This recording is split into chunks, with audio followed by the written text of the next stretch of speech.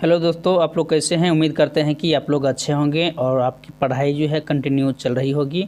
तो दोस्तों, हम बार बार यही बात कहते हैं कि अगर सपनों में जान है तो आप लोग जो है वीडियो को बहुत अच्छे प्रकार से देखें और समझें।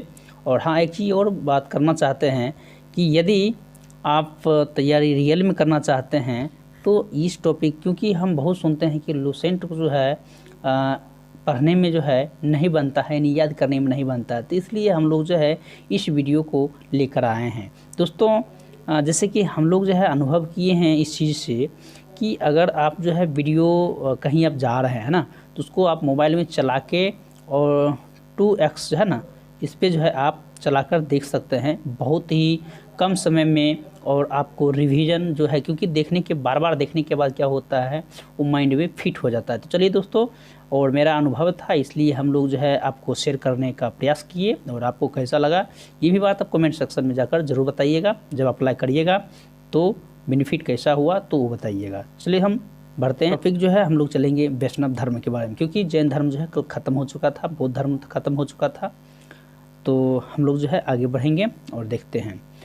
दोस्तों, जैसे कि आप जानते हैं कि वैष्णव धर्म है ना, तो हम लोग चलाए हैं पेज नंबर जो है 10 पर आ गए हैं। और हम लोग जो है बारीकी से इसको जो है इस सेशन को हम लोग आगे बढ़ाते जाएंगे। और तो चलिए देखते हैं कि वैष्णव धर्म के विषय में प्रारंभिक जानकारी जो है कहाँ से मिलता है। उपनिषदों से मिलता है और इसका विकास जो है भगवत धर्म से हुआ है। आपसे पूछा जाएगा कि वैष्णव धर्म जो है और वैष्णव धर्म क्या हुआ, प्रारंभिक जानकारी कहाँ से मिलता है, उपनिषदों से मिलता है। और इसका विकास कहाँ से हुआ था, मतलब उपनिषदों जो है ये विकास जो है कहाँ से हुआ था, भगवत धर्म से हुआ था। नारायण के पूजक मूलतः जो है पंचरात्र कहे जाते हैं, ठीक, पंचरात्र कहे जाते हैं, ठीक, मतलब नारायण के पूजक को क्या कहा जाता है, पंचरात्र कहे जाते हैं, ठीक। क्योंकि इसलिए हम टॉपिक को चल रहे हैं, क्योंकि एक एक लाइन से क्वेश्चन पूछ देगा तो फिर आपको जो है खोजना बहुत कठिन हो जाएगा, इसलिए जो है आप टॉपिक को कवर कर सकते हैं, ठीक। तो चलिए हम देखते हैं वैष्णव धर्म के प्रवर्तक, है ना। आपसे पूछा जाएगा कि वैष्णव धर्म के प्रवर्तक कौन है, तो इजीली आप कह सकते हैं कृष्ण, क्योंकि पढ़े जब तक नहीं रहिएगा तब तक आंसर दे नहीं सकते हैं। देखिए, जो कहता है वृषण कबीले के थे, है ना, जिनका जो है निवास स्थान क्या था, मथुरा था। तो आपसे कहा जाता है कि वैष्णव धर्म के प्रवर्तक कृष्ण हुए। और जो मतलब किन के लिए, कृष्ण के लिए है कि कबीले के थे, है ना, कबीले के थे और जिनका निवास कहाँ था, मथुरा। आप जानते हैं कि मथुरा में जो है कृष्ण के बारे में बहुत विख्यात है और बहुत अच्छे से आप जानते हैं मथुरा के बारे में, कृष्ण के बारे में। तो चलिए हम लोग आगे बढ़ते हैं। कृष्ण का उल्लेख जो है सर्वप्रथम जो है छांदोग्य उपनिषद में देवकी पुत्र और अगरीष के शिष्य के रूप में हुआ था। तो कृष्ण भगवान जो हैं, यानी कि कृष्ण जो हैं देवकी पुत्र है ना, आप तो जानते होंगे, जो कि देवकी पुत्र जो है और अगरीष के शिष्य यानी कि कंस, आप जानते हैं ना, कंस का बहन जो है देवकी है। तो और जो है अगरीष के शिष्य के रूप में हुआ था, ठीक। वासुदेव कृष्ण का सबसे प्रारंभिक जो है अभिलेख जो है उल्लेख विष्णुनगर स्तंभ अभिलेख में पाया गया था। तो उससे पूछा जाएगा कि किस अभिलेख में पाया गया था, तो आप कह सकते हैं विष्णुनगर स्तंभ जो है, ठीक। वहीं हम बात नेक्स्ट करें तो नेक्स्ट देखते हैं कि विष्णु के 10 अवतार थे। आपसे पूछा जाएगा विष्णु के कितने अवतार थे, 10। ऐसे पूछा उतने नहीं जाता है, लेकिन फिर भी हम लोग जो है इसको जो है पढ़ते हुए आगे निकलेंगे। मत्स्य पुराण में मिलता है ना, विष्णु के 10 अवतार कहाँ मिलते हैं, तो मत्स्य पुराण में मिलता है। और सबसे पुराना जो है वो जो है सबसे पुराना जो है मत्स्य पुराण ही है, ठीक। तो चलिए हम देखते हैं और आगे क्या है। 10 अवतार जो है इस प्रकार है कि देखिए, मत्स्य पुराण में जो है विष्णु के 10 अवतार है और कौन कौन से हैं, तो जानते हैं मत्स्य है, कुर्म है, वराह है, नृसिंह है, वामन है, परशुराम है, राम है, बलराम है, बुद्ध है एवं कलिक है ना। तो ये जो है 10 अवतार थे विष्णु के थे। कहते गुप्त काल में विष्णु का जो है वराह अवतार सर्वाधिक प्रसिद्ध था। तो आपसे पूछा जाएगा कि गुप्त काल में सबसे जो है विष्णु का अवतार कौन सा अवतार था, वराह का अवतार सर्वाधिक प्रसिद्ध था। विष्णु धर्म में ईश्वर को प्राप्त करने के लिए सर्वाधिक महत्व जो है भक्ति को दिया जाता था। भक्ति को, यानी कि भक्ति को जो भक्ति करता था उसको दिया जाता, ठीक। ईश्वर को प्राप्त करने के लिए जो है सर्वाधिक महत्व किसको दिया जाता है, भक्ति को दिया जाता, ठीक। चलिए नेक्स्ट हम लोग देखते हैं। नेक्स्ट है नोट को हमको बहुत बारीकी से पढ़ना है कि भगवान विष्णु के सुदर्शन चक्र में कितने तिल्लियाँ थे, तो आप इजीली कह सकते हैं 6 तिल्लियाँ थे। भगवान विष्णु के कितने जो है तिल्लियम जो चक्र था, तो चक्र में जो है कितने तिल्लियाँ थे, तो 6 था। ठीक, इस चीज़ को ध्यान दीजिएगा बारीकी से। चलिए हम लोग नेक्स्ट देखते हैं। नेक्स्ट हमारा है कि प्रमुख संप्रदाय है ना, मत एवं आचार्य। तो इसके बारे में हम देखते हैं कि प्रमुख संप्रदाय जो है वह वैष्णव जो है संप्रदाय है, और मत की बात करें हम तो विशिष्टता दैत है। ठीक, और आचार्य की बात करें तो रामानुज है। ठीक, इस चीज़ को ध्यान दीजिएगा। वहीं बात करें हम वर्मा जो है संप्रदाय के जो है मत था वो दैत है। ठीक, और उसके बाद जो है आचार्य की बात करें तो अनंत तीर्थ थे। वहीं रुद्र संप्रदाय की बात करें तो मत के अंदर जो आ जाएगा शुद्धाद्वैत आ जाएगा। ठीक, और आचार्य की बात करें तो वल्लभाचार्य हो जाएगा, और सनक संप्रदाय की बात करें तो मत में आ जाएगा दैताद्वैत आ जाएगा, और जो है आचार्य की बात करें तो निम्बार्क आ जाएगा। ठीक, तो इस तरह जो है ऐसे पूछा उत्तर नहीं जाता है, लेकिन फिर भी जो है अगर पूछ ले तो इस चीज़ को हमें छोड़ना नहीं है। ठीक ना। चलिए नेक्स्ट देखते हैं हम लोग जो है प्रमुख संप्रदाय और जो है संस्थापक एवं पुस्तक। ये तो बहुत ही महत्वपूर्ण है, इस चीज़ को ध्यान दीजिएगा। देखिए प्रमुख संप्रदाय तो बरकरी जो है, बरकरी है ना, प्रमुख संप्रदाय है। इनके संस्थापक कौन है, तो नामदेव है। आपसे पूछा जाएगा कि संस्थापक जो है श्री वैष्णव, प्रमुख संप्रदाय जो है श्री वैष्णव जो है संस्थापक कौन थे, रामानुज थे। परमार्थ हो जाएगा, परमार्थ संप्रदाय जो हो जाएगा कौन थे संस्थापक, रामदास थे। अगर वहीं बात करें हम पुस्तक की तो दास बोध हो जाएगा। वहीं हम बात करें इसका श्री वैष्णव जो है संप्रदाय के संस्थापक रामानुज हो जाएगा, और उनकी पुस्तक हो जाएगा ब्रह्मसूत्र हो जाएगा। वहीं बात करें हम राम भक्त है ना, राम भक्त संप्रदाय के हो जाएगा रामानंद, संस्थापक रामानंद था। और बात करें वहाँ पुस्तक का अध्यात्म नारायण हो जाएगा, सॉरी रामायण हो जाएगा, हाँ सॉरी वही चीज़ हुआ रामायण। तो इस चीज़ को ध्यान देना है, क्योंकि यहाँ से क्वेश्चन हो सकता है, एक क्वेश्चन कभी कभी देखने को मिल सकता है। चलिए नोट में है कि अंकोर वाट का मंदिर जो है कम, देखिए ये बहुत ही VVI है, क्योंकि हम बहुत एग्जाम में देखे हैं, क्योंकि हम लोग जो है अभी एग्ज़ाम दिए थे तो यहाँ पर जो है हम इस चीज़ को जिक्र हम बहुत जगह देखे थे कि यहाँ बताया गया है कि अंकोर वाट का मंदिर जो है कंबोडिया, यानी कंबोडिया कहे तो कंबोज के राजा है सूर्य वर्मा द्वितीय जो है 1113 ईस्वी से 1150 ईस्वी में बनाया था ना। अब से पूछा जाएगा कि अंकोर वाटिका मंदिर जो है कंबोडिया में किसने बनाया था, तो राजा सूर्य वर्मा द्वितीय ने। कब बनाया था, तो 1113 से 1150 के बीच में बनवाया था। इस मंदिर में लगभग जो है 10.5 फीट ऊंची भगवान विष्णु की मूर्ति है। आपसे पूछा जाएगा अंकोर वाटिका में किसकी मूर्ति है, तो आप कह सकते हैं इजीली भगवान विष्णु की मूर्ति है। ठीक, तो इस चीज़ को आप समझ गए होंगे। चलिए हम नेक्स्ट देखते हैं। अब हम लोग आ जाते हैं इस्लाम धर्म पर। ठीक, हमारा जो है नेक्स्ट जो है टॉपिक हो जाएगा इस्लाम धर्म। तो इस्लाम धर्म हम जानते हैं, और यहाँ से भी क्वेश्चन पूछा जाता है बहुत अच्छे तरीके से। तो चलिए हम देखते हैं। इस्लाम धर्म के संस्थापक कौन हैं, हजरत मोहम्मद साहब थे, है ना। आपसे पूछा जाएगा इस्लाम धर्म के संस्थापक कौन हैं, है ना, तो आप कह सकते हैं हजरत मोहम्मद साहब। वही बात करें हम कि हजरत मोहम्मद साहब का जन्म जो है कितना ईस्वी में हुआ था, तो 570 ईस्वी में। और कहाँ हुआ था, तो मक्का में, प्रमुख जो है कुरैश कबीले में हुआ था। आपसे पूछा जाएगा हजरत मोहम्मद जो है किस कबीले के थे, तो आप कह सकते हैं कुरैश कबीले के। ठीक, इस चीज़ को ध्यान रखना है, और कहीं भी जो है जिक्र इस चीज़ को आ सकता है एग्जाम में, इसलिए ध्यान देना है। कहता है कि इनके पिता जो है अब्दुल्ला, है ना। आपसे पूछा जाएगा कि हजरत मोहम्मद साहब के पिता कौन थे, अब्दुल्ला। माता कौन थे, तो अमीना, है ना, माता अमीना थे।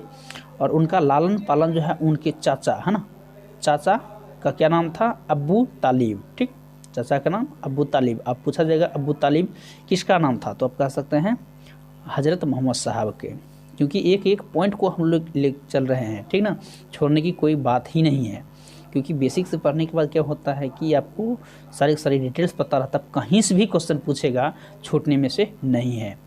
क्योंकि जब तक अच्छे से आप नहीं पढ़िएगा तब तक जो है ये आगे प्रोसेस नहीं हो पाता है। इस चीज़ को ध्यान देना जरूरी हो जाता है। चलिए नेक्स्ट देखते हैं। हज़रत मोहम्मद साहब को 610 ईस्वी में मक्का के पास हीरा नामक गुफा में ज्ञान की प्राप्ति हुआ।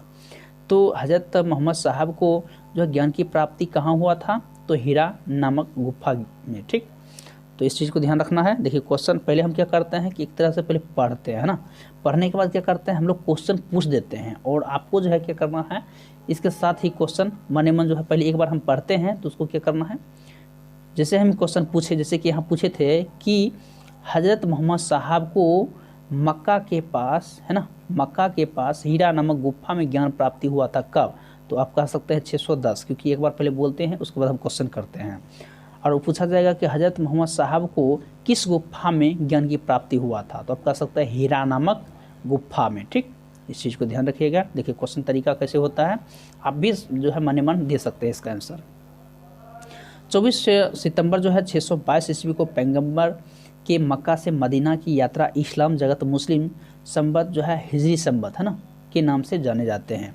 कहता है मोहम्मद की शादी जो है 25 वर्ष की अवस्था में हुआ था। देखिए पहले क्या करें हम, पहले जो हम इसको पढ़े थे। ठीक, पढ़ने के बाद क्या होता है कि फिर जैसे कि यहाँ पढ़े हम कि मोहम्मद की शादी जो है 25 वर्ष की अवस्था में हुई। ठीक, आप फिर से क्वेश्चन करेंगे कि मोहम्मद की शादी जो है कितने वर्ष में हुआ था, तो आप बोल सकते हैं उस समय 25 वर्ष से। तो इस तरह से जो है आपको, क्योंकि आप हमारे साथ जो है कम से कम 2 बार 3 बार जो पढ़िएगा ना एक ही टॉपिक को, एक ही चीज़ को, तो ज़्यादा जो है कंसेस रहता है। ठीक, चलिए नेक्स्ट देखते हैं। अब बताइए कि 25 साल में मोहम्मद की शादी हुआ था किनके साथ हुआ था, है ना, तो की अवस्था में खदीजा, है ना, नामक विधवा के साथ हुआ था। किनके साथ हुआ था, खदीजा नामक विधवा के साथ हुआ था। चलिए नेक्स्ट देखते हैं कि मोहम्मद की पुत्री का नाम क्या था, फातिमा। देखिए दोस्तों इसलिए हम इसको पढ़ रहे हैं। अब देखिए इतना जो है टॉपिक दिया हुआ है, क्या वो थोड़ी बुड़बक है, नहीं, क्योंकि ये पूछा जा सकता है इसलिए हम पढ़ रहे हैं।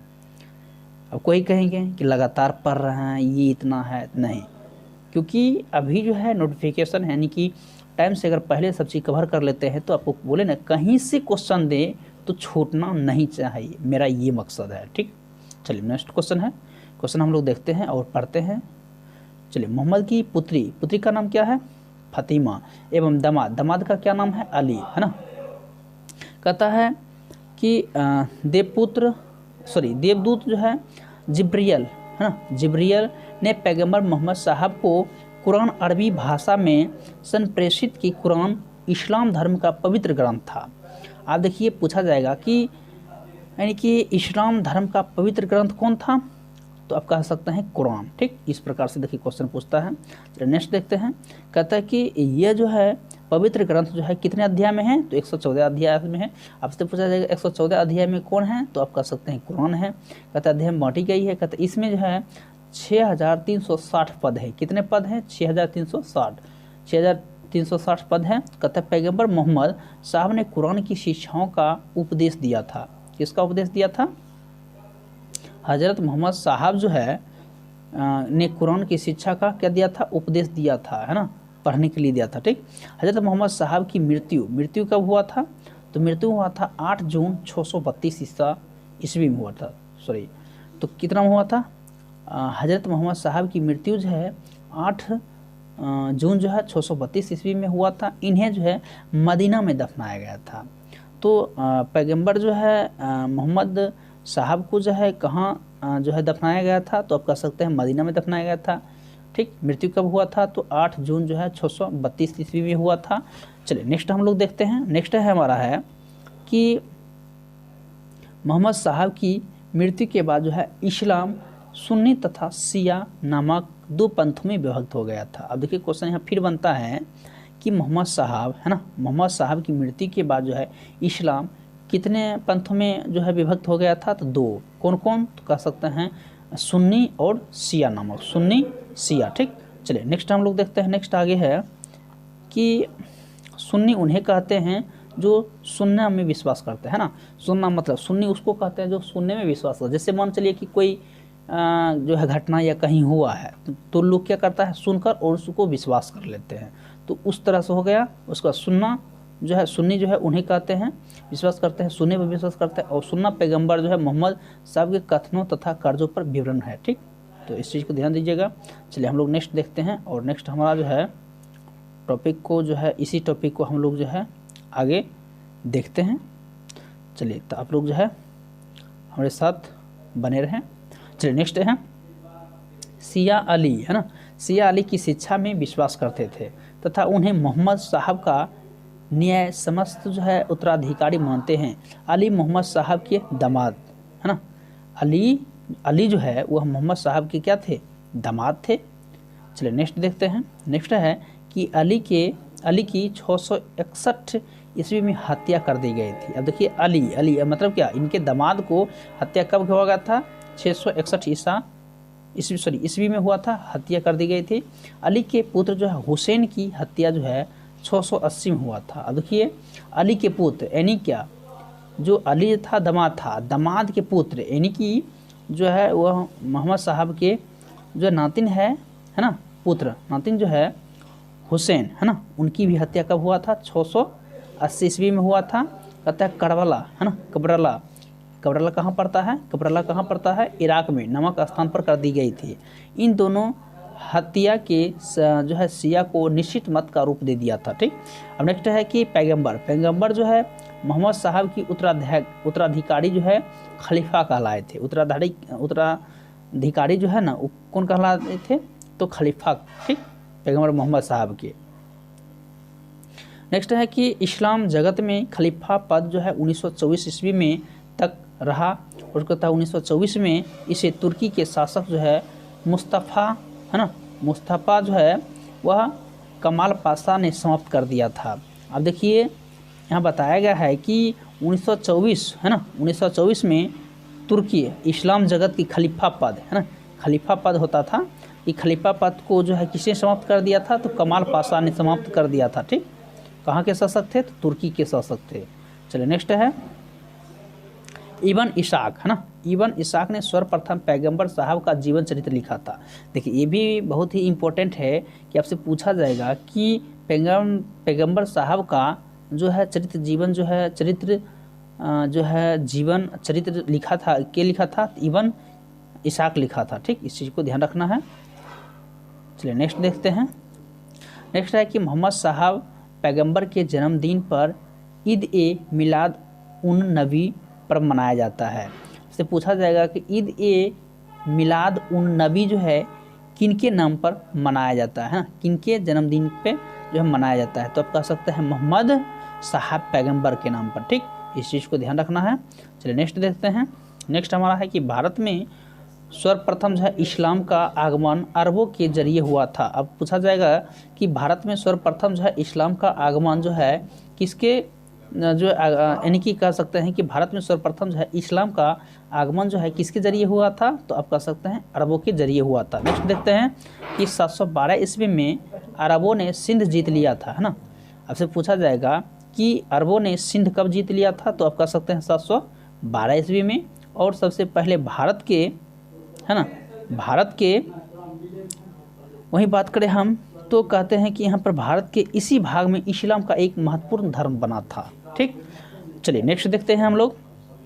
कहता है कि नोट तो करना सख्त ज़रूरत होता है और हम लोग देखेंगे कि नोट में दिया हुआ है कि नमाज के दौरान जो है मुसलमान मक्का की तरफ जो है मुंह करके खड़े होते हैं। भारत में मक्का पश्चिम की ओर पड़ता है ना। आपसे पूछा जाएगा कि मक्का जो है किस ओर पड़ता है भारत के, तो आप कह सकते हैं पश्चिम की ओर है। वहीं बात करें हम कि मक्का की ओर की दिशा में किबला, है ना, किबला कहा जाता है। ठीक, मक्का की ओर जो है दिशा को क्या कहा जाता है, किबला कहा जाता है। चलिए हम लोग नेक्स्ट पढ़ेंगे और नेक्स्ट देखते हैं कि ईसाई धर्म, है ना। नेक्स्ट है हमारा ईसाई धर्म और ईसाई धर्म के बारे में जो हम लोग पढ़ेंगे।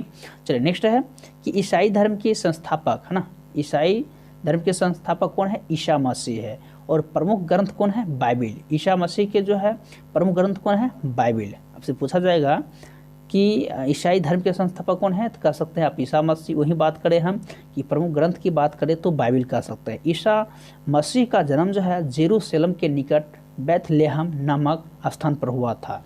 ईसा मसीह का जन्म जो है कहाँ हुआ था, तो जेरूशलेम जो है बैथलेहम नामक स्थान पर हुआ था। इसी के जन्म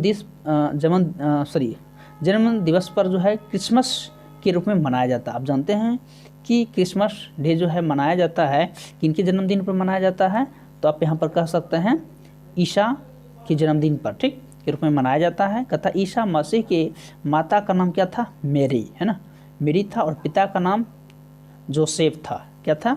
जोसेफ। ठीक, इस चीज़ को ध्यान रखना है। चलिए नेक्स्ट है कि ईसा ने अपने जीवन के प्रथम 30 वर्ष एक बढ़ई के रूप में, कहता है बढ़ई के रूप में क्या थे? बैथलेहम के निकट जो है नजरेत कहे तो इजराइल, है ना, में बिताए थे। कहाँ बिताए थे? तो यहाँ कहता है नजरेत इजराइल में बिताए थे। उसके बाद कहता है कि ईसा मसीह के प्रथम 2 शिष्य थे, है ना। ईसा मसीह के कितने शिष्य थे? तब कह सकते हैं 2 शिष्य थे। पहला था एंड्रूस और दूसरा था पीटर। ईसा मसीह के कितने थे शिष्य? 2, और एंड्रूस और दूसरा था पीटर था। ठीक, नेक्स्ट हम लोग देखते हैं। नेक्स्ट हमारा है कि ईसा मसीह को सूली पर जो है सूली पर रोमन गवर्नर पोर्टियस ने चढ़ाया था। आपसे पूछा जाएगा कि ईसा मसीह को सूली पर किसने चढ़ाया था? तब कह सकते हैं पोर्टियस ने चढ़ाया था। ठीक, गवर्नर पोर्टियस ने। ईसा मसीह को 33 ईस्वी में सूली पर चढ़ाया गया था। ईसा मसीह को कब चढ़ाया गया था सूली पर? 33 ईस्वी में। ईसाई धर्म का सबसे पवित्र चिन्ह जो है क्या है? क्रॉस है। ईसाई धर्म का सबसे पवित्र जो है चिन्ह कौन सा है? तो आप कह सकते हैं क्रॉस है। चलिए नेक्स्ट हम लोग देखते हैं। नेक्स्ट हमारा है कि ईसाई त्रित्व में विश्वास रखते थे। त्रित्व में विश्वास रखते थे वह हैं ईश्वर पिता और ईश्वर पुत्र, है ना। ईश्वर जो है ईश्वर पवित्र आत्मा, तो इस चीज़ में आप जो है विश्वास करते थे। चलिए नोट में हम लोग देखते हैं। नोट है कि 12वीं शताब्दी से फ्रांस में आरंभिक भवनों की तुलना में अधिक ऊंचे और हल्के चर्चों, है ना, चर्चों के जो है निर्माण प्रारंभ हुए थे। वास्तुकला की यह जो है शैली गोथिक नाम से जानी जाती है। इस वास्तुकलात्मक शैली के सर्वोत्कृष्ट, है ना, सर्वोत्कृष्ट उदाहरण में एक पेरिस का नाइट्रेडम चर्च है ना, नाइट्रेडम चर्च है। तो चलिए आज हम लोग जो है नेक्स्ट देखेंगे, और नेक्स्ट हम लोग टॉपिक को जो है स्टार्ट करेंगे फिर से, क्योंकि आप देख रहे हैं कि टॉपिक जो है बहुत फास्ट हम लोग खींच रहे हैं। और आप भी जो है इसको अगर आपको टाइम नहीं मिलता है तो आप इसको वीडियो को चला के आप जो है 2x पर जो है आप देख सकते हैं, या 1.5 पर, आपके डिपेंड करता है कि आप किस प्रकार से देखना चाहते हैं। और आपको कैसा वीडियो लग रहा है ये भी आप कमेंट सेक्शन में ज़रूर जो है कमेंट करके बताइएगा, और साथ ही हमारे चैनल को भी सब्सक्राइब जरूर करिएगा। चलिए नेक्स्ट से हम लोग जो है पारसी धर्म है। पारसी धर्म के बारे में हम लोग देखते हैं। पारसी धर्म जो है पैगंबर, है ना, जरथुस्त्र ईरानी थे। आपसे पूछा जाएगा पारसी धर्म के पैगंबर जो थे जरथुस्त्र कौन थे? ईरानी थे, है ना। इस चीज़ को ध्यान रखना है। नेक्स्ट हम लोग देखते हैं कि इनके शिक्षा का संकलन जो है जंथा और अवेस्ता नामक ग्रंथ है ना। आपसे पूछा जाएगा कि पारसी ग्रंथ में शिक्षाओं का संकलन जो है किस नामक ग्रंथ से है? आप कह सकते हैं जनता अवेस्ता। ठीक, जो है पारसियों का धार्मिक ग्रंथ है। कौन सा है? पारसियों का धार्मिक ग्रंथ है। इनकी मूल शिक्षा का सूत्र है सद्विचार, सद्वचन और सद्कार्य। ठीक, ध्यान रखिएगा, इनका विचार जो है सद्विचार है, सद्वचन है और सद्कार्य है। इसके अनुयायी एक ईश्वर जो है आहुर को मानते थे। आपसे पूछा जाएगा कि पारसी धर्म में इनके अनुयायी जो है एक ईश्वर किसको मानते थे? तो आहुर के मानते थे। ठीक, इस चीज़ को ध्यान रखना है। चलिए नेक्स्ट हम लोग देखते हैं कि इस धर्म के अनुयायी को अग्नि पूजक, है ना, अग्नि पूजक भी कहा जाता है।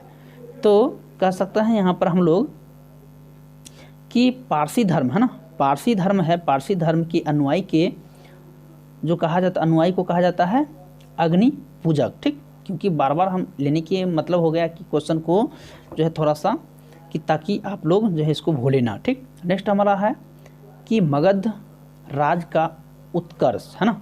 तो इस चीज़ को हम लोग देखते हैं मगध के बारे में कि मगध किस प्रकार से है, कैसा है, और कैसा जो है क्वेश्चन यहाँ से जो है ऑब्जेक्टिव पूछा जा सकता है। चलिए नेक्स्ट देखते हैं कि मगध के सबसे प्राचीन वंश, है ना, संस्थापक शब्द के सबसे पहला जो है ये ज़्यादा पूछा जाता है कि बताइए मगध के संस्थापक कौन थे? तो आप कह सकते हैं बृहद्रथ, है ना, बृहद्रथ। ठीक, इस चीज़ को ध्यान रखिएगा, बृहद्रथ था। और सबसे प्राचीन वंश था वो कौन था? तो आप कह सकते हैं यहाँ कि बृहद्रथ था। और जो मगध के सबसे प्राचीन, तो ये आप समझ गए हैं। कहता है नेक्स्ट प्राचीन वंश है। उसके बाद कहता है इसकी राजधानी जो है गिरिवर्ज, जिसे हम क्या कहते हैं राजगिरी थी। ठीक, तो फिर एक बार हम थोड़ा सा इसको देख लेते हैं क्वेश्चन के तौर पे। आपसे पूछा जाएगा कि बताइए मगध के सबसे प्राचीन वंश कौन थे, है ना। तो आप कह सकते हैं वंश कौन सा हो गया आपका, यानी कि मगध के सबसे प्राचीन वंश हो गए।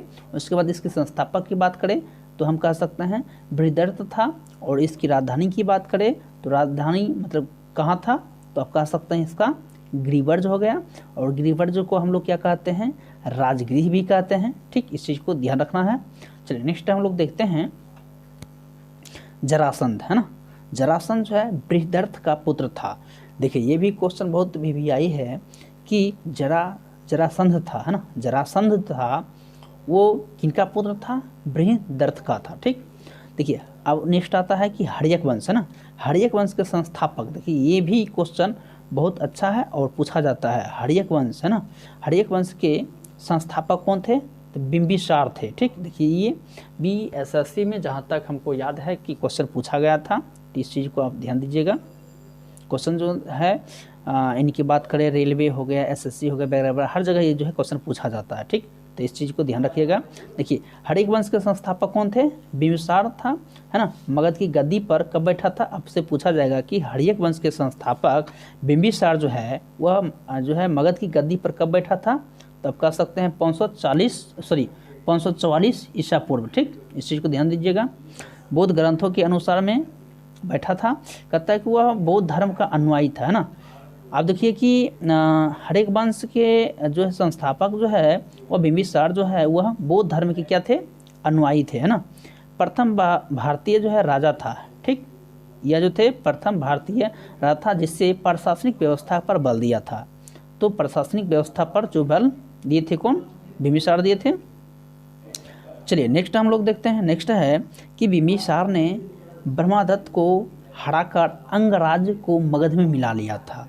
तो अंगराज को जो है बिंबिसार ने ब्रह्मदत्त को जो है क्या किए थे, वो मगध में मिला लिए थे। बिंबिसार ने राजगृह का निर्माण कर उसे अपनी राजधानी बनाया था, है ना। बिंबिसार ने राजगृह का निर्माण कर उसे अपनी राजधानी बनाया था। ठीक, बिंबिसार के मगध पर करीब 52 वर्षों तक शासन किया था। आपसे पूछा जाएगा कि बिंबिसार ने मगध पर कितने साल शासन किया था, तब कह सकते हैं इजली 52 साल। ठीक, इस चीज़ को ध्यान दीजिएगा। चलिए नेक्स्ट देखते हैं हम लोग। नेक्स्ट है कि यहाँ पर हम लोग देखते हैं कुछ क्वेश्चन आया हुआ है कि नेक्स्ट देखते हैं कि महात्मा बुद्ध की सेवा में बिंबिसार ने राजवैद्य जीवक को भेजा था, है ना। महात्मा बुद्ध की सेवा में बिंबिसार ने जो है राजवैद्य जीवक को भेजा था। ठीक, आप सोच सकते हैं इस चीज़ से। चलिए नेक्स्ट हम लोग देखते हैं कि अवंती के राजा जो है प्रघोत जब पांडु रोग से ग्रसित थे तो उस समय जो है भी बिंबिसार ने जीवक को उनकी सेवा शुश्रूषा के लिए भेजा था। ठीक, तो आप देख सकते हैं बिंबिसार जो था वो महात्मा बुद्ध को कितना चाहते थे, इससे अनुमान लगा सकते हैं आप। बिंबिसार ने वैवाहिक संबंध जो है स्थापित कर अपने साम्राज्य का विस्तार किया था। बिंबिसार क्या करते थे, वैवाहिक संबंध स्थापित करके अपना क्या करते थे, साम्राज्य का विस्तार करते थे। चलिए नेक्स्ट देखते हैं। कहता है कि इसने जो है कौशल नरेश प्रसेनजीत की बहन महाकोशला, है ना, महाकोशला से वैशाली के चेटक की पुत्री चेलना से तथा मद्र देश जो है आधुनिक पंजाब अभी कहा जाता है, तो ये जो है राजकुमारी क्षेमा से शादी कर जो है अपने राज को क्या किया थे, विस्तार को बढ़ाया था। नेक्स्ट देखते हैं क्वेश्चन है कि बिंबिसार की हत्या उसके पुत्र अजातशत्रु ने किया था। आपसे पूछा जाएगा कि बिंबिसार को हत्या किसने किया था, तो अजातशत्रु ने किया था। कहता है वह जो है 493 ईसा पूर्व मगध की गद्दी पर बैठा था। ठीक, बिंबिसार की हत्या उनके पुत्र अजातशत्रु ने किया था। और वह कितने में बैठा था, मतलब अजातशत्रु जो है कितने ईस्वी में बैठा था, तो 493 ईसा पूर्व में बैठा था। ठीक, कहता है इसका जो है उपनाम जो है कुनिक, है ना। उपनाम जो है अजातशत्रु का कौन था, उपनाम, तो कह सकते हैं कुनिक। वह प्रारंभ में जैन धर्म के अनुयायी बन गए थे, है ना। तो अजातशत्रु जो है किनके अनुयायी बने थे, जैन धर्म के अनुयायी बने थे। नेक्स्ट हम लोग देखते हैं कि अजातशत्रु, है ना, अजातशत्रु ने 32 वर्षों तक जो है मगध पर शासन किया था। तो अजातशत्रु ने कितने वर्षों तक जो है मगध पर शासन किया था? तो आप कह सकते हैं 32 वर्षों तक। अजातशत्रु के जो है सुयोग है ना, सुयोग जो है मंत्री का नाम जो है बृहस्कार है ना, कहता इसी की सहायता से अजातशत्रु ने वैशाली पर विजय प्राप्त की थी। ठीक, कहता है कि 461 ईसा पूर्व में अपने पिता की हत्या कर उदयन मगध की गद्दी पर बैठा था। ठीक, तो इस चीज़ को ध्यान दीजिएगा। नेक्स्ट है कि उदयन ने पाटलिपुत्रम की स्थापना की। आपसे देखिए ये क्वेश्चन जो है, देखिए कहीं भी इसको जो है लाल काला या पीला नहीं किया गया, लेकिन ये क्वेश्चन पूछा जाता है कि बताइए पाटलिपुत्रम की स्थापना किसने किया था? तो आप कह सकते हैं उदयन ने किया था। कहता है कि वह जो है जैन धर्म के अनुयायी थे। ठीक, पाटलिपुत्रम की जो है स्थापना किसने किया था? उदयन। तो इसलिए देखिए यहाँ क्या हो जाता है, जरूरी हो जाता है एक एक पॉइंट को पढ़ना, कि आप जब तक नहीं पढ़िएगा तब तक जो है आप जो है क्वेश्चन को अच्छे तरीके से नहीं बना सकते। इसलिए हम लोग जो है इस टॉपिक को जो है आगे बढ़ाने का काम किए हैं। ठीक, कहता है कि जैन धर्म के अनुयायी थे। जैन धर्म के अनुयायी कौन थे? तो उदयन थे। उदयन क्या किए थे? पाटलिपुत्रम को जो है स्थापना किया था। नेक्स्ट हम लोग देखते हैं कि हर्यक वंश है ना, हर्यक वंश का अंतिम जो है राजा कौन थे? उदयन का पुत्र जो है कहते हैं नागदशक था। तो नेक्स्ट हम लोग देखते हैं, कहता है कि हर्यक वंश का अंतिम राजा कौन थे? उदयन का पुत्र नागदशक थे। ठीक, इस चीज़ को ध्यान देना है। अंतिम, क्योंकि अंतिम देखिए पूछा जाता है अंतिम राजा कौन थे हर्यक वंश के? तो नागदशक ही। देखिए बार बार पूछा जाता है, इसलिए हम लोग क्या करते हैं इसको अंडरलाइन किए थे। कहता है नागदशक को जो है उसके अमात्य शिशुनाग है ना, अमात्य शिशुनाग 412 ईस्वी पूर्व में अपदस्थ करके मगध पर शिशुनाग वंश की स्थापना की थी है ना, मगध पर शिशुनाग वंश की स्थापना की थी। नागदशक को जो है उसके क्या कहते हैं उसको, उसके यहाँ पर है ना, उसके अमात्य शिशु ने जो है 412 ईस्वी पूर्व में अपदस्थ करके मगध पर शिशुनाग की वंश की स्थापना। अब पूछा जाएगा आपसे कि शिशुनाग की जो है स्थापना जो है या वंश का स्थापना किसने किया था? तो कह सकते हैं अमात्य शिशुनाग।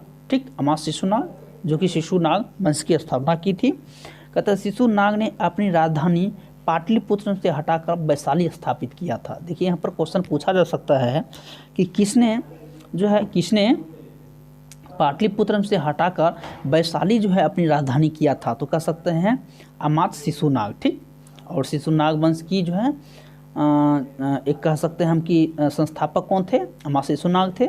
वहीं हम नेक्स्ट बात करें कि शिशुनाग का उत्तराधिकारी है ना, शिशुनाग का उत्तराधिकारी कौन थे?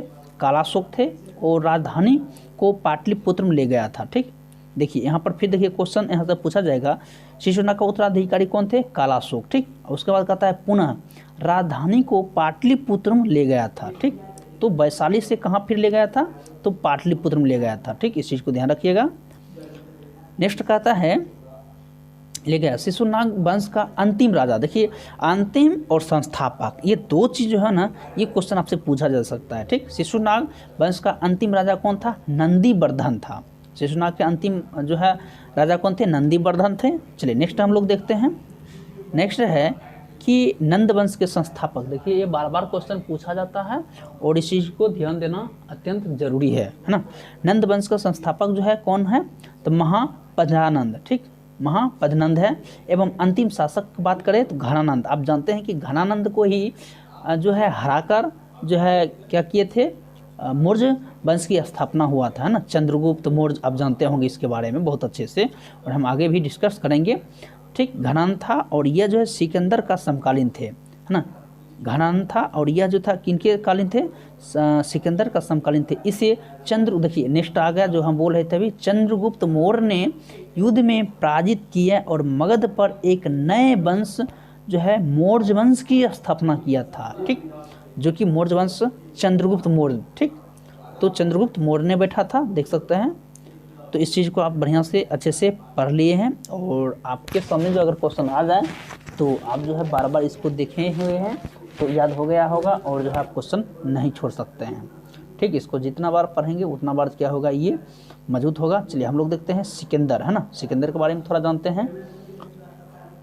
सिकंदर का जन्म जो है 556 ईसा पूर्व में हुआ था। ठीक, सिकंदर का जन्म कब हुआ था? 556 ईसा पूर्व में हुआ था।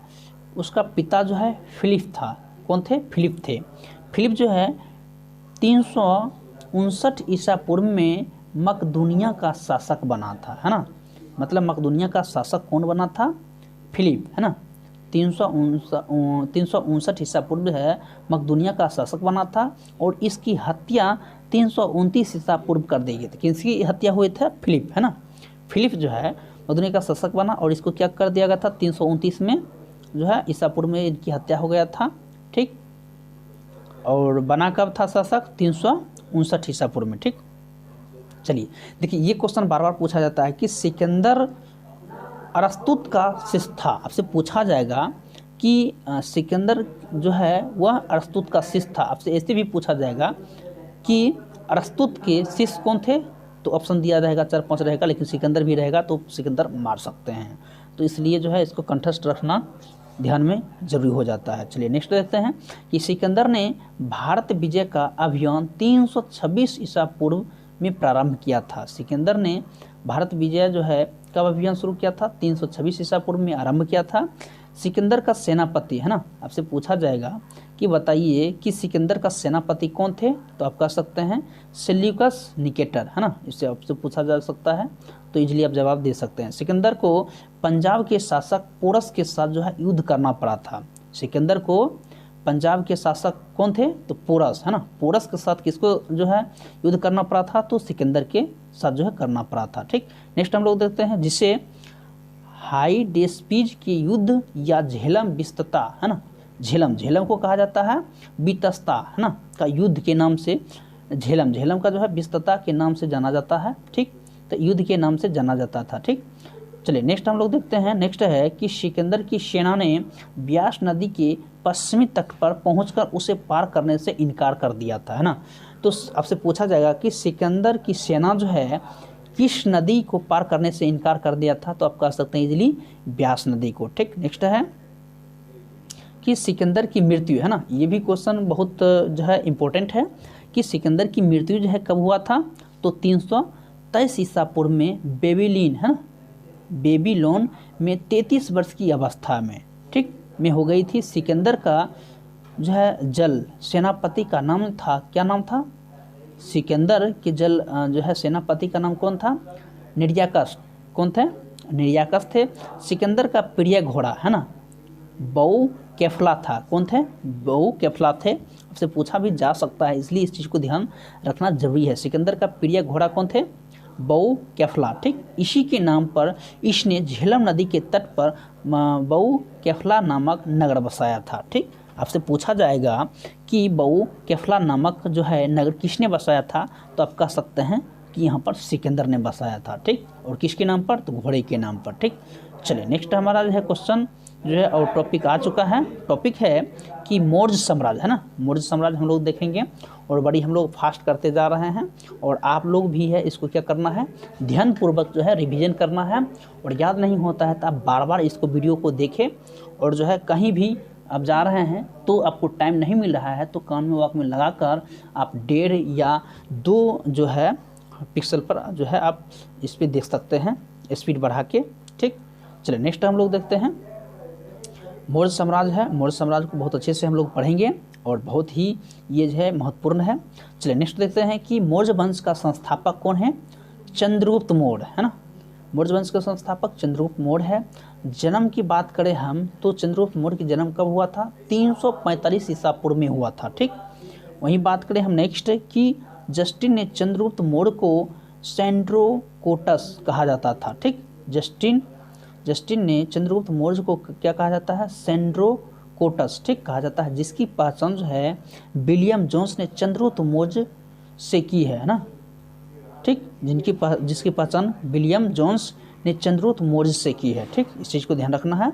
चलिए नेक्स्ट है विशाखादत्त कृत मुद्रा राक्षस में चंद्रगुप्त मौर्य के लिए विशल जो है आशय निम्न कुल में उत्पन्न, ठीक, शब्द का प्रयोग किया गया। उसके बाद कहता है घनानंद को हराने में चनक का तो आप जानते हैं, घनानंद को हराने में चनक का दूसरा नाम कौन है? कौटिल्य और विष्णुगुप्त है, ठीक, तीसरा, ठीक। तो चाणक्य, कौटिल्य, विष्णुगुप्त एक ही आदमी है, तो इनका अलग अलग नाम है। तो यही कहता है घनानंद को हराने में चाणक्य ने चंद्रगुप्त मौर्य की मदद की थी। ठीक, इस चीज़ को ध्यान रखिएगा। चंद्रगुप्त मौर्य को जो मदद किसने किया था, तब कह सकते हैं चाणक्य ने किया था।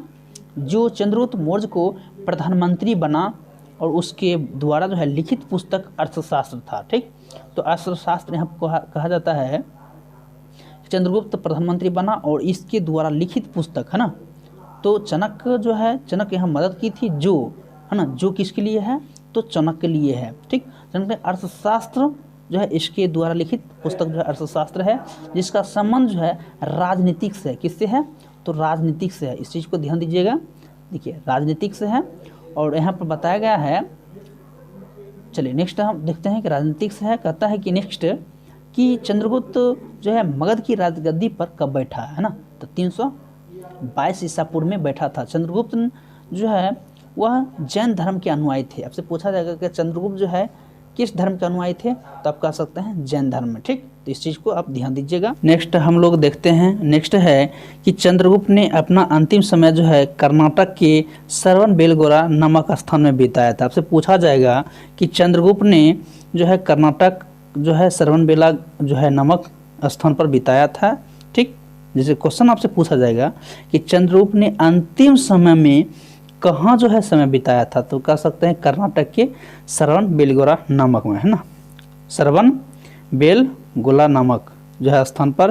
नेक्स्ट है कि चंद्रगुप्त ने 305 ईस्वी जो है ईसा पूर्व में सेल्यूकस निकेटर को हराया था। आपसे पूछा जाएगा कि चंद्रगुप्त ने कब सेल्यूकस निकेटर को हराया था, तब कह सकते हैं कि 305 ईसा पूर्व में हराया था। ठीक, नेक्स्ट है क्वेश्चन हम लोग आगे देखते हैं कि ऑब्जेक्टिव के रूप में हम पढ़ेंगे, सब्जेक्टिव के रूप में, और ऑब्जेक्टिव इससे निकालेंगे कि सेल्यूकस जो है निकेटर ने अपनी पुत्री जो है कर्नेलिया की शादी जो है चंद्रगुप्त मौर्य के साथ कर दी थी। ठीक, चंद्रगुप्त मौर्य के साथ जो है सेल्यूकस निकेटर ने अपनी पुत्री को क्या किया था, शादी कर दिया था। और युद्ध के संधि के शर्तों के अनुसार से 4 प्रांत है ना, काबुल, गंधार, हेरात एवं मकरान, ठीक, चंद्रगुप्त को दिए थे। ठीक, तो नेक्स्ट है कि चंद्रगुप्त मौर्य ने जैनी गुरु है ना, गुरु भद्रबाहु से जैन धर्म की दीक्षा ली थी। तो चंद्रगुप्त मौर्य ने किससे जो है दीक्षा ली थी, तो गुरु भद्रबाहु जो है किस धर्म से थे, तो जैन धर्म से। ठीक, इस चीज़ को ध्यान रखिएगा। नेक्स्ट हमारा है कि मेगास्थनीज जो है सेल्यूकस निकेटर का राजदूत था। देखिए क्वेश्चन पूछा जाता है कि मेगास्थनीज जो है सेल्यूकस निकेटर है ना, सेल्यूकस निकेटर का राजदूत था। तो सेल्यूकस निकेटर का राजदूत कौन था, तब कह सकते हैं इजली कि मेगास्थनीज है। नेक्स्ट देखिए कि जो चंद्रगुप्त के दरबार में रहते थे, चंद्रगुप्त के दरबार में कौन रहते थे, तो मेगास्थनीज रहते थे। ठीक, नेक्स्ट हम लोग देखते हैं कि मेगास्थनीज द्वारा जो है लिखी गई पुस्तक जो है कौन से है, इंडिका। देखिए क्वेश्चन बार बार पूछा जाता है, मेगास्थनीज द्वारा लिखी गई पुस्तक का क्या नाम है, तो इंडिका। देखिए एक एक हम लोग जो है पॉइंट पढ़ रहे हैं, इसलिए जो हम लोग क्वेश्चन को यहाँ से पकड़ रहे हैं और आपको जो है आउटपुट दे रहे हैं। मेगास्थनीज के अनुसार जो है सम्राट का जनता के सामने आने के अवसर पर शोभा यात्रा के रूप में जश्न मनाया जाता है। ठीक, उन्हें एक सोने के पालकी में ले जाया जाता है। उनके अंगरक्षक सोने और चांदी के अलंकृत हाथियों पर सवार रहते हैं। ठीक, कुछ अंगरक्षक जो है पेड़ को लेकर चलते हैं। इन पेड़ों को प्रशिक्षित जो है तोता का झुंड रहता था या रहता है। ठीक, जो सम्राट के सिर के चारों ओर चक्कर लगाता रहता है। तो देखिए यहाँ से जो है क्वेश्चन नहीं बन रहा है, तो इसलिए हम लोग क्या करेंगे, इसको स्किप करते हुए आगे बढ़ते जाएंगे। पढ़ते हुए राजा समंता जो है हथियार बंद जो है महिलाओं से घिरे रहते होते हैं। उनके खाना खाने के पहले जो है खास नौकर उस खाने को चाखते हैं। वे लगातार 2 रात एक ही कमरे में नहीं सोते थे। ठीक, देखिए पाटलिपुत्र के बारे में आप थोड़ा सा और देखते हैं।